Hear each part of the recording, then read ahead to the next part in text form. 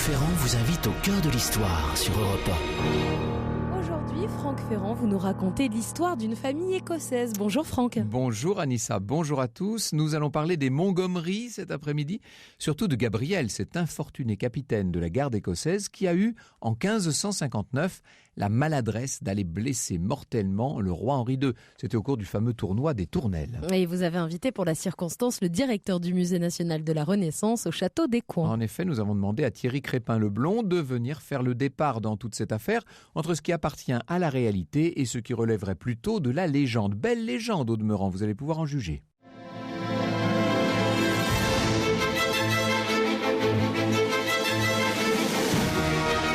Au cœur de l'histoire sur Europe 1.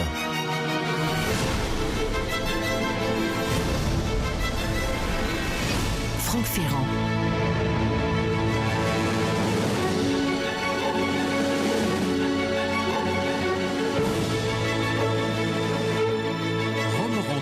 Le 6 janvier 1521. François Ier n'a que 26 ans et, vous savez ma sympathie pour ce roi, d'âge mental, j'allais dire qu'il a peut-être un peu moins car il n'aime rien tant que les jeux de collégiens, des jeux de main qui, comme on sait, tournent mal parfois.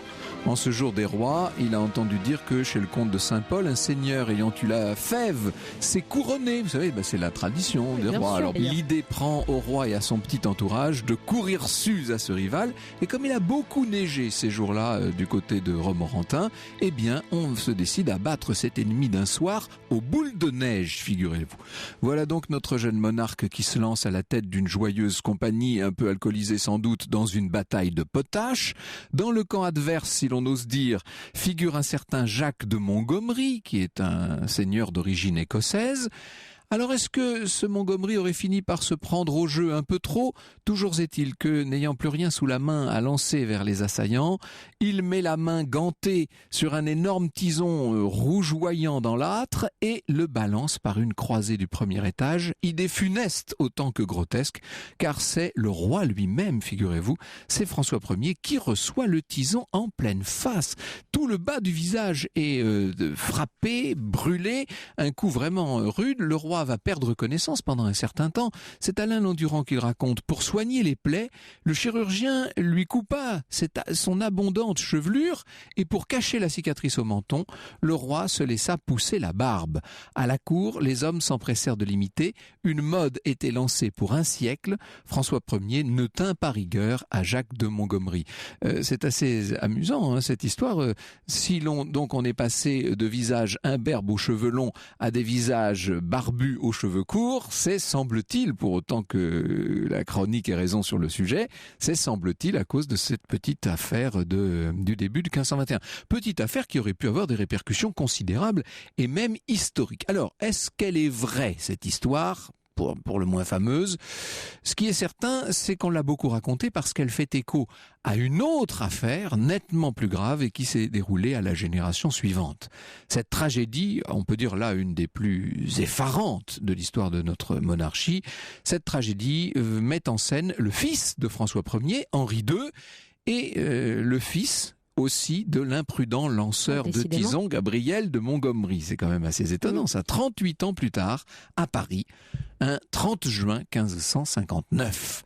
Gabriel de Lorge, comte de Montgomery et lieutenant de la garde écossaise, il a 29 ans, il s'est levé tôt ce matin-là. C'est un homme fringant, aux cheveux clairs, aux yeux très bleus, il est réputé ambitieux, il est lieutenant des 100 archers de la garde écossaise et ça lui a valu, dans les mois qui ont précédé, de prendre part à un certain nombre d'événements importants, notamment à l'arrestation d'un certain nombre de personnes, notamment des parlementaires jugés hérétiques. Il se prépare puisqu'il doit prendre part dès 9h du matin à une joute. Vous allez me dire, une joute en 1559 ? Eh bien oui, on jouait encore aux seigneurs et aux chevaliers en plein milieu du XVIe siècle. Les participants de ce tournoi de chevalerie sont très prestigieux. Le prince de Ferrare, le duc de Lorraine, le duc de Guise, le dauphin et même le roi de France en personne, Henri II. Il faut vous dire que ces festivités sont organisées à l'occasion d'un double mariage qui est la conclusion conjugale, si je puis dire, ou matrimoniale du terrible traité du Cateau-Cambrésis. D'un côté, Élisabeth de France va épouser Philippe II, le roi d'Espagne, et d'autre part, Marguerite de France va épouser Emmanuel Philibert de Savoie. Le lieu de la joute, c'est tout près de cette espèce de grande chaussée qu'on a bâtie dans le quartier de la Bastille, dans ce qu'on appelle nous aujourd'hui le Marais, qui était déjà le Marais d'ailleurs, le long de l'hôtel royal des Tournelles.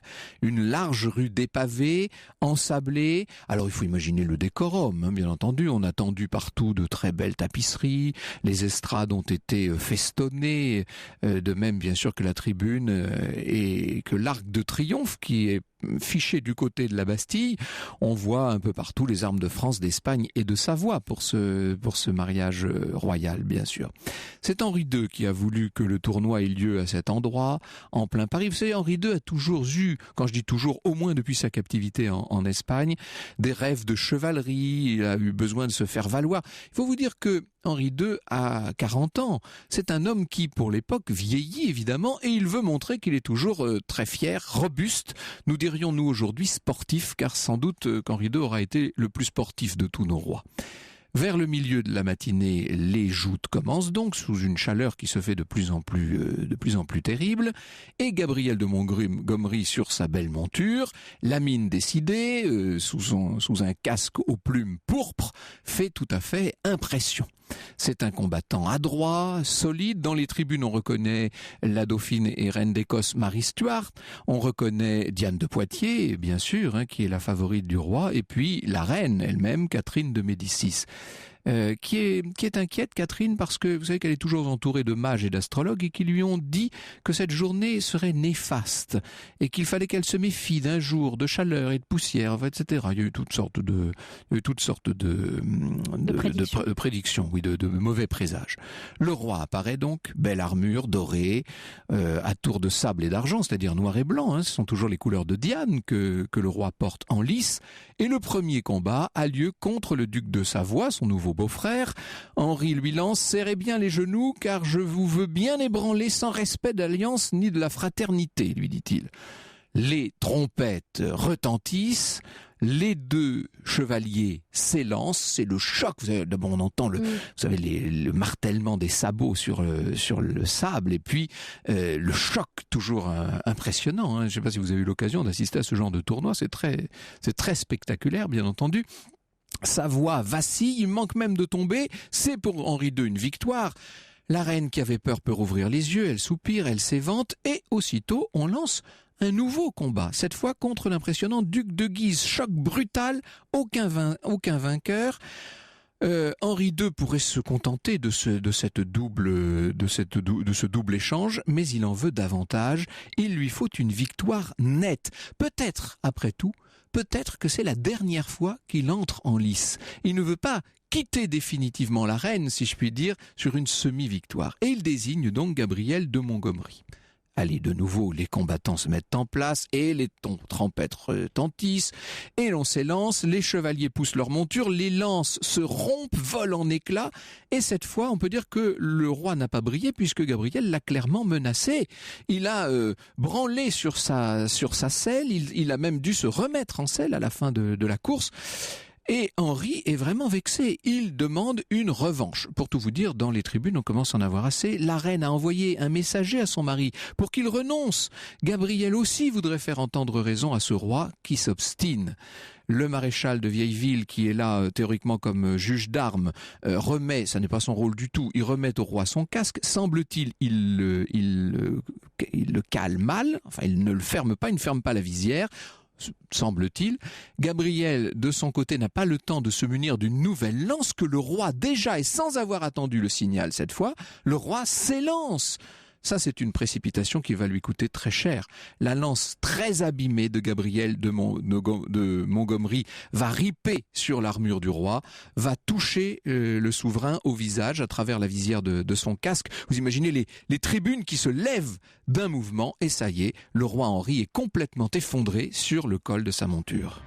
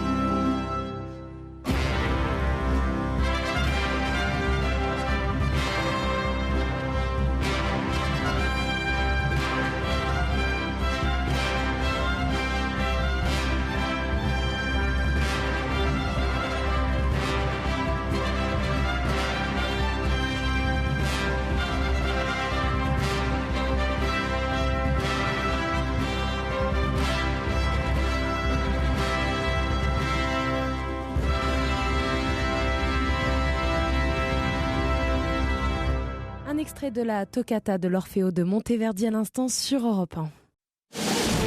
Europe 1, au cœur de l'histoire. Franck Ferrand. Et cet après-midi, nous sommes au cœur de l'histoire de Gabriel de Montgomery. Alors, si vous venez de nous rejoindre, nous sommes donc en juin 1559. Lors d'une joute, le jeune Gabriel de Montgomery, membre de la garde écossaise, a l'honneur d'affronter le roi de France. C'est même carrément le lieutenant de la garde. Hein, oui. C'est le lieutenant de la garde. Mais cela tourne très mal. Sa lance abîmée, vous venez de nous le raconter, Franck, frappe à toute vitesse le roi au visage. On peut imaginer, bien sûr, Gabriel absolument terrifié. Alors, avant de savoir ce qui va se passer maintenant, il y a quand même quelque chose qui m'intrigue. Cette famille Montgomery, d'où vient-elle? Vous savez que 50% de mon ADN est normand et j'ai l'impression que ce nom Montgomery est normand. Oui, vous avez raison. La famille est liée aux premières générations de suzerains normands, d'origine viking, si vous voulez, qui ont, vous le savez, conquis cette région après le traité de Saint-Clair-sur-Epte en 911, enfin qu'ils l'ont acquise plus exactement. Le nom se retrouve dans un certain nombre de terres qui ont appartenu aux Montgomery, c'est comme ça que vous les connaissez, à Sainte-Foy de Montgomery, Saint-Germain de Montgomery, etc. Saint-Germain de Montgomery près de Livaro, mais voilà. Et après la conquête de l'Angleterre par Guillaume en 1066, un certain nombre de Montgomery vont s'établir de l'autre côté de la Manche et puis plus tard vont monter, si je puis dire, jusqu'en Écosse. Et ce sont des descendants de cette famille-là qui reviennent donc en France au XVe siècle, à l'époque de la guerre de 100 ans, à une époque où la France est alliée avec l'Écosse. Nous aurons l'occasion d'en parler tout à l'heure avec mon invité. Dès lors, ils vont compter dans l'histoire du royaume d'une façon positive ou bien d'une façon plus dramatique, comme on vient de le voir avec ce qui est arrivé à Gabriel de Montgomery en 1559. Vous imaginez la situation de ce jeune homme qui vient de blesser mortellement le roi dans ce qui, au départ, ne devait être qu'un jeu, même si c'était un jeu dont on sait qu'il est très dangereux. La blessure est, j'allais dire, grave. C'est bien plus que grave. Elle est effroyable. Et bien sûr que tout le monde se précipite vers le roi, dont Montgomery lui-même. On le transporte à demi-conscient jusqu'à l'hôtel voisin des Tournelles où il résidait. La blessure, j'ai eu l'occasion déjà de vous la décrire, déchirure faciale, il y a un tronçon de bois qui a littéralement heurté le crâne près du sourcil droit qui est entré dans l'orbite. Il ressort carrément au niveau de l'oreille. 5 éclats de bois se sont fichés à l'intérieur de la plaie. Bref, c'est un spectacle affreux. Et là, personne ne peut rien faire, que voulez-vous, c'était extrêmement difficile. Il demande qu'on décapite un certain nombre de condamnés à mort du Châtelet pour essayer de s'entraîner, pour étudier sa marge de manœuvre sur des têtes fraîches. Il faut imaginer pendant ce temps-là l'atmosphère à la cour, les gémissements, les pleurs, les inquiétudes, et puis aussi déjà le jeu des intérêts, vous savez, les coteries qui sont très importantes sous ce règne d'Henri II, nous y reviendrons également tout à l'heure. Le roi paraît, malgré la souffrance, il paraît serein, il rassure ceux qui l'entourent, il gère autant qu'il peut les priorités, bref, il prépare sa mort, disons-le. Il semble avoir voulu, juste après l'accident, rassurer Gabriel en lui disant qu'il n'avait fait qu'obéir. Il l'appelle auprès de lui dans les jours suivants, mais évidemment, le jeune homme reste complètement effondré. Comme le relève Didier Le Fur, l'ambassadeur du duc de Ferrare écrivit à son maître le 2 juillet que Henri évoqua de nouveau Montgomery et qu'il émit le souhait de le voir. Mais le jeune homme avait quitté Paris depuis le 30 juin. Qu'a-t-il à craindre, aurait dit le roi. Je sais bien que cet accident est arrivé non par sa faute, mais par un mauvais hasard. Oui, et néanmoins, Gabriel a préféré fuir parce qu'il sait très bien le sort réservé aux régicides, que ceci soit volontaire ou non. Oui. Alors, en l'occurrence, bien sûr que ce n'était pas du tout volontaire. Pendant ce temps, l'agonie du roi se poursuit, la plaie s'infecte. Henri demande même que le mariage de Marguerite et du duc de Savoie ait lieu tout de même. Alors vous imaginez ce mariage dans une ambiance sinistre. Et le 10 juillet au matin, vous voyez qu'une semaine a passé quand même, Henri reçoit les derniers sacrements, il bénit son successeur, le tout jeune François qui n'a que 15 ans, qui est le mari de notre Mary Stuart, vous savez. Et le roi meurt au début de l'après-midi. Gabriel, de fait, est donc un régicide. Ça, vous ne pouvez rien faire. Et même si le roi s'est montré tout à fait magnanime, le conseil privé va se montrer nettement plus dur. On casse le grade de Montgomery. Il est banni. C'est une chute pour lui, qui jusqu'alors était plus que bien en cours. On lui avait confié un certain nombre de missions de confiance, notamment, je vous le disais, dans la lutte naissante contre ce protestantisme de plus en plus opposé à la couronne de France. Gabriel trouve d'abord refuge en Normandie, sur sa terre de Ducey. C'est Alain Landurand qui le raconte. Le séjour est de courte durée. Se sent-il en danger ou a-t-il besoin d'évasion? Toujours est-il que son départ de Ducey à la mi-juillet semble pour le moins précipité. La première étape est l'île anglo-normande de Jersey. La mer est la meilleure des frontières contre d'éventuels spadassins. Vous voyez quand même qu'il craint, c'est le moins qu'on puisse dire, il craint vraiment pour sa vie. Puis, c'est le grand large, la quête de l'oubli par un long voyage. On verra notre homme se rendre un peu partout. On le trouve à Venise, on le voit à Londres au début de 1560. Il peut compter là sur un certain nombre de soutiens familiaux et son statut de régicide va même en quelque sorte lui attirer un certain nombre de curieux. Après tout, c'est l'homme qui a tué le roi de France, malgré lui. Gabriel a l'air de plaire à la reine Élisabeth Ier. Il trouve sa place au sein de la cour d'Angleterre. Et c'est dans cet exil qu'intervient sa conversion au protestantisme qui va devenir sa cause. Dès 1561, il décide de répondre à un appel de réformés normands qui ont prévu de se révolter. Alors on voit à ce moment-là Gabriel de Montgomery retraverser la Manche, reparaître sur le territoire du royaume, sur sa terre de Ducey. On est là en décembre 1561. Ce n'est en quelque sorte que le début de ce qui pour lui va être la plus étonnante et, disons-le, la plus incroyable des aventures. Au cœur de l'histoire sur Europe 1. Europe 1, au cœur de l'histoire. Franck Ferrand. Et cet après-midi, Franck, vous nous racontez le destin de Gabriel de Montgomery qui a tué malgré lui dans un accident involontaire le roi Henri II, c'était pendant une joute. Alors il a fui la France quelques années, puis il revient en 1561. Et oui, et il revient pour se battre, car on est dans le début des guerres de religion. Vous savez, le massacre de Vassy va avoir lieu en mars 1562, c'est l'escalade déjà. Gabriel ne tarde pas à rejoindre cette armée protestante dès le printemps. Alain Landurand nous le dit. Il tient à combattre pour sa nouvelle religion. Sa valeur militaire n'est plus à démontrer. Ses lieutenants viennent dans la nuit du 7 au 8 mars de s'emparer d'Avranches, ont dévasté la cathédrale Saint-André, massacrant plusieurs prêtres et religieuses. L'or et l'argent trouvés ont immédiatement été envoyés à Tomblaine, îlot battu par les vents de la mer face au Mont-Saint-Michel, car Gabriel de Montgomery en a fait son repère pour y battre monnaie. Voyez un peu les proportions que prennent cette affaire. Cet homme qui était déjà déclaré régicide se trouve maintenant dans un état de rébellion ouverte, dans cette France qui se déchire complètement. Il va jouer un rôle diplomatique dans les négociations qui s'ouvrent entre protestants français et la couronne anglaise, qui aimerait profiter des désordres pour reprendre possession de Calais qu'on vient de lui arracher.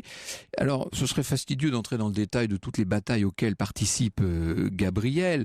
On le voit tenter de défendre Rouen face à l'armée royale et face à Catherine de Médicis, si je puis dire, en 1562. Il assiste à l'attaque d'Angoulême en 68. Il participe à la bataille de Jarnac en 69, année où il devient un redoutable lieutenant général du royaume de Navarre, donc au service de Jeanne d'Albret, la mère du futur Henri IV. Alors, il va devenir en quelque sorte un ennemi du royaume et de Catherine de Médicis, mais à cette inimitié officielle et tout à fait diplomatique vient s'ajouter une inimitié intime, car la reine n'a jamais pardonné à Gabriel de Montgomery le geste qui l'a privé de son époux. Lorsque la paix revient à l'été 1572, Gabriel fait partie des représentants du camp protestant à Paris. En marge de la cérémonie de mariage d'Henri de Navarre avec Marguerite de Valois, avec la future reine Margot, il va bien sûr croiser un certain nombre de membres de la famille royale, à commencer par la reine Catherine elle-même, qui ne l'avait pas vu depuis le tournoi fatal 13 ans plus tôt. Les jours qui suivent sont marqués par la suspicion, l'atmosphère est menaçante.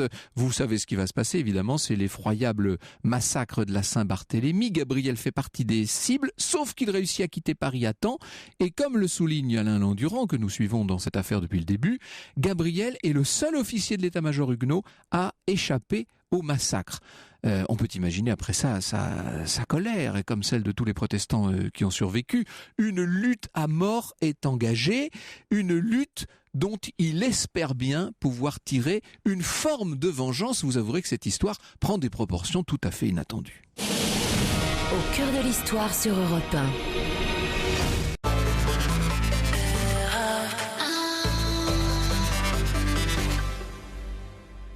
Cet après-midi, Franck Ferrand vous emmène au cœur de l'histoire de Montgomery, celui qui a tué Henri II. Et la suite, c'est dans un instant, juste après.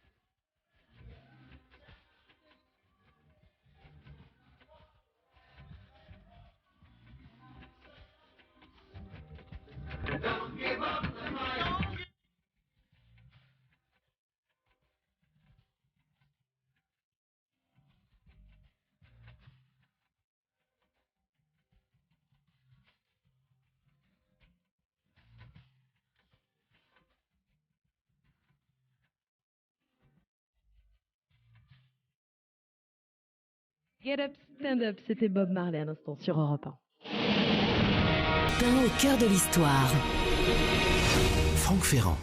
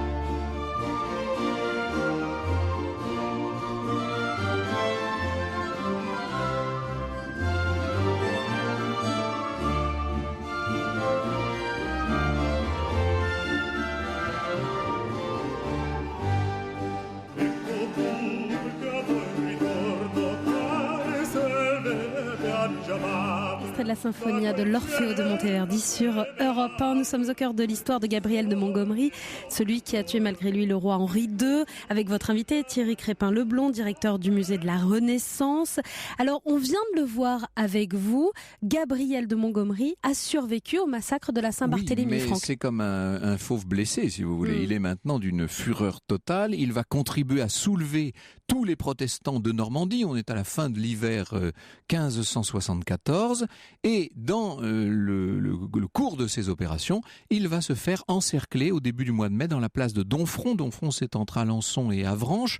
Là, c'est vraiment une catastrophe. Il va, au bout d'une vingtaine de jours, devoir se résoudre à la reddition. On l'emprisonne à Paris, on le juge et il est condamné par le Parlement de Paris pour crime de lèse-majesté. Ce qui veut dire question ordinaire, extraordinaire, exécution publique, bien entendu.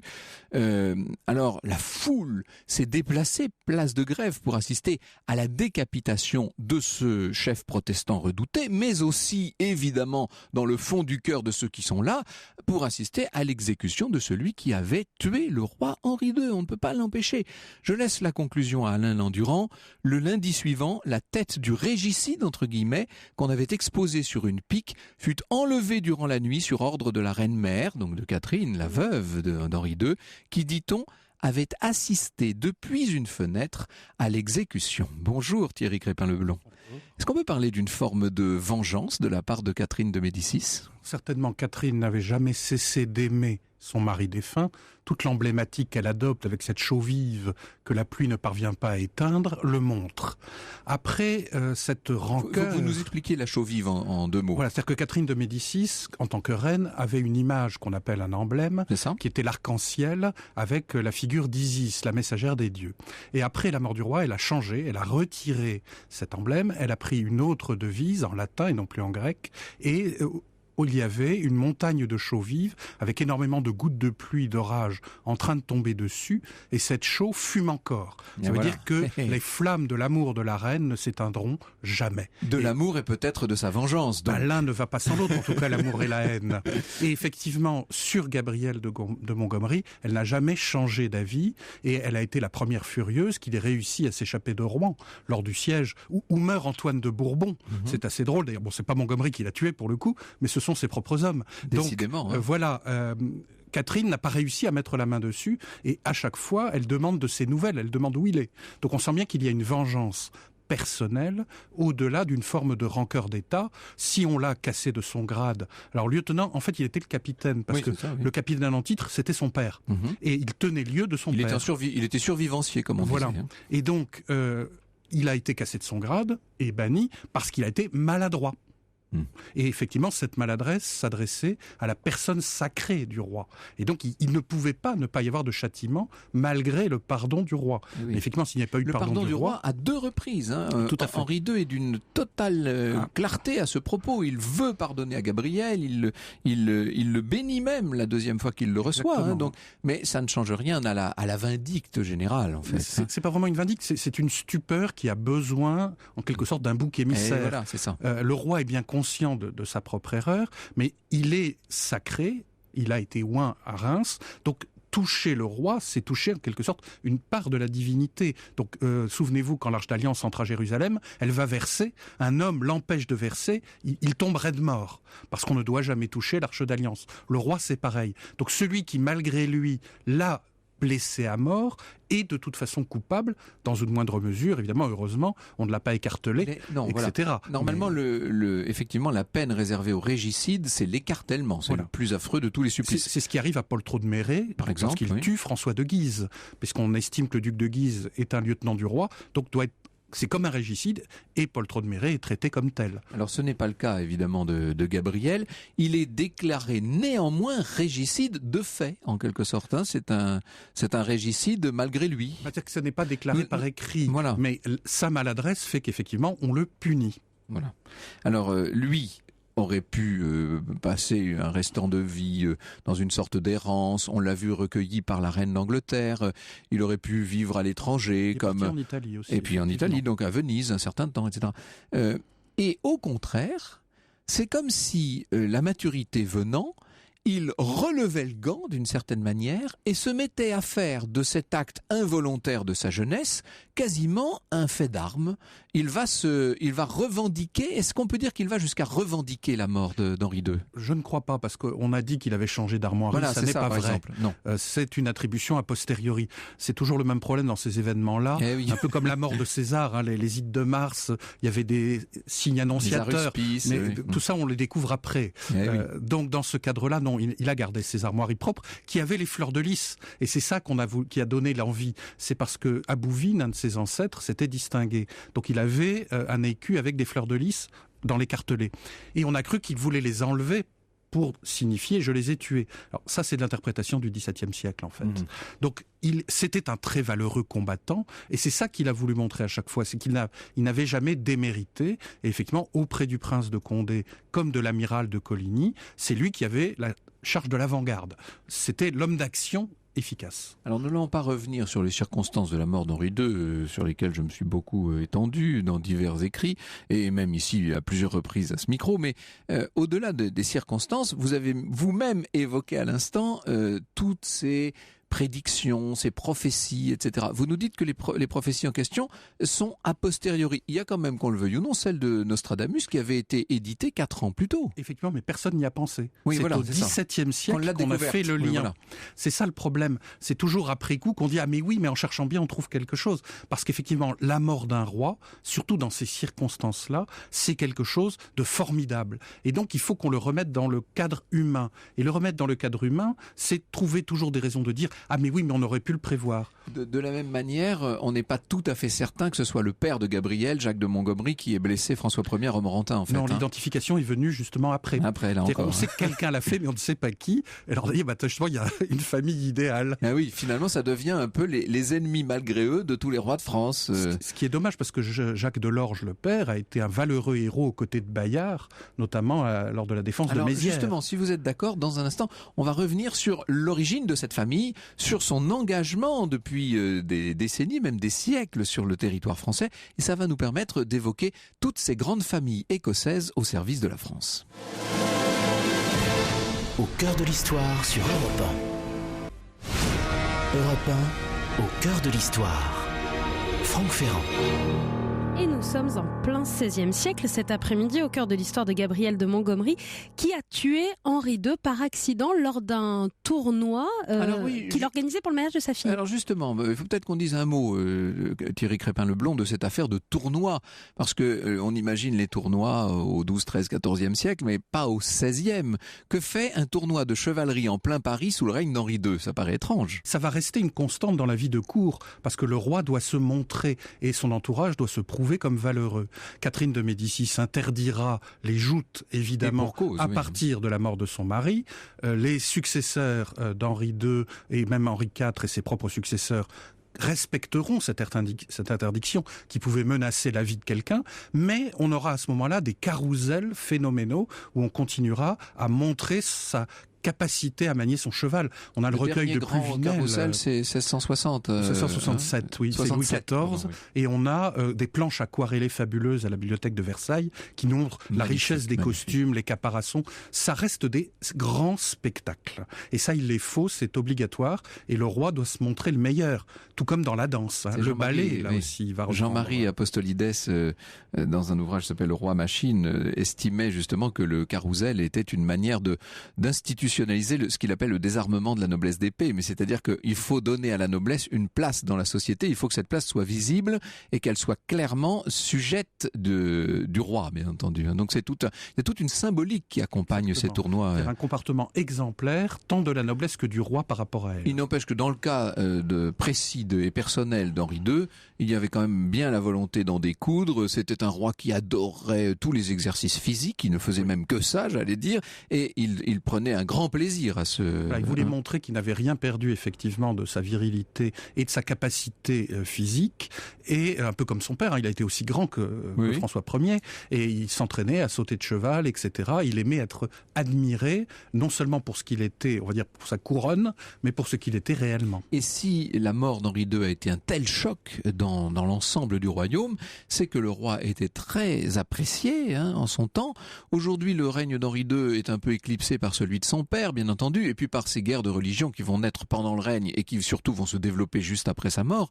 Mais à l'époque, on considère que c'est un grand règne. Il ne faut pas l'oublier. C'est Henri le Grand. Henri le Grand, oui. Toujours. Et pendant très longtemps, les protestants ont espéré rallier le roi, d'abord Henri II, puis François II, puis Charles IX, à leur vue. Ils en ont toujours eu contre l'entourage, mais jamais contre le roi lui-même. Alors, revenons à notre Gabriel et à ces fameux Montgomery. Depuis quand sont-ils au service de la Maison de France, ces Écossais ? Alors en fait, Montgomery écossais revient en France avec un certain nombre d'autres autour des années 1425-1440, quand les Écossais sont appelés au nom de la vieille alliance à venir secourir le roi de Bourges.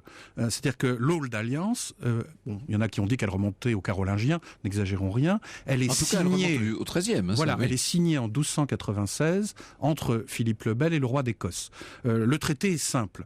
Quiconque est attaqué par les Anglais verra l'autre déclarer la guerre aux Anglais. Ah oui, c'est que là je le dis notamment pour les plus jeunes de nos auditeurs pour qui l'Écosse fait partie maintenant bien entendu du Royaume-Uni, quoique la question se pose de plus en plus.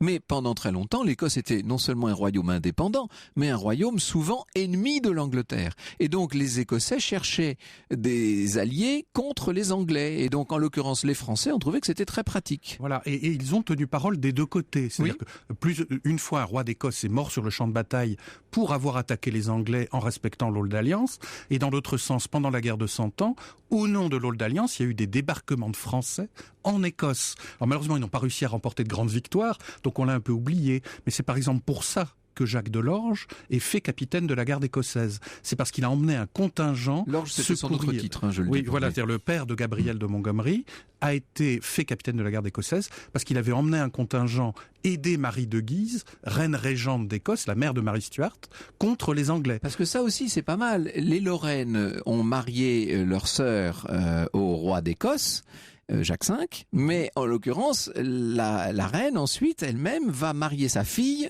au dauphin de France. Et nous avons eu en France une petite reine de France, Marie, qui était en même temps reine d'Écosse. Alors ça n'a pas duré longtemps par définition, puisque il se trouve que son mari est mort très vite d'une maladie. Un an et demi de règne ne lui ont pas permis de rester longtemps reine de France, mais elle est restée reine douairière de France. Et on la trouve encore dans les séries de femmes fortes gravées par Claude Vignon. Les deux dernières, ce sont Jeanne d'Arc et Marie Stuart. Alors, est-ce qu'il y a, en dehors des Montgomery, d'autres familles, des grandes familles d'Écosse comme ça, qui petit à petit se sont installées dans le royaume de France? Il y en a une première, effectivement, qui est le chef du clan Cunningham, Robert de Cunningham, qui a été capitaine de la garde écossaise vers 1475, et qui a épousé une Française et a récupéré sa seigneurie. C'est juste aux portes de Niort, ça s'appelle Cherveux, et il s'est bâti un château en faisant venir des ingénieurs du roi pour bâtir ce château qu'on peut visiter le week-end, qui est un véritable joyau d'architecture, encore un donjon-porte. Donc on reste à la marge entre le Moyen-Âge et la Renaissance. Il y a les Hamilton aussi. Alors ça c'est plus politique, c'est-à-dire que un Hamilton allié aux Stuart était régent d'Écosse. Et François Ier, pour s'assurer que le régent d'Écosse suivait la politique française, l'a fait duc de Châtellerault. Donc effectivement, quand vous allez à Châtellerault, il y a encore un jumelage avec l'Écosse, par souvenir de ce duché royal que François Ier, un moment, a donné au Hamilton. Et je salue, puisque vous parlez de Châtellerault, non loin de là, dans les Deux-Sèvres, je salue les habitants de Bressuire qui ont reçu l'année dernière à bras ouverts des Écossais pour les Highlands Games, vous savez, ces espèces de Jeux olympiques écossais, dont l'épicentre, dont la capitale mondiale l'année dernière était Bressuire. C'est quand même extraordinaire. Il y a le tombeau de Marguerite d'Écosse, qui était la première femme de Louis XI. Et voilà. C'est curieux, tous ces liens qui ont été noués comme ça. Alors vous avez prononcé un nom, celui des Stuart, bien entendu. Voilà. Alors on dit toujours les Stuart, on pense au roi d'Écosse, mais il y avait plusieurs branches, notamment les Darnley et les Lennox. Et ils sont venus s'installer effectivement en France assez tôt. Et c'est en 1423 que Charles VII donne à Jean Stuart la cité d'Aubigny-sur-Ner et qu'il peut acquérir la terre de la Verrerie. Ou alors ils vont s'installer de manière très pérenne. Au cœur de l'histoire sur Europe 1. Europe 1. Au cœur de l'histoire. Franck Ferrand. au cœur de l'histoire de la mort d'Henri II, donc depuis 14h avec Gabriel de Montgomery, celui qui a tué malgré lui le roi Henri II.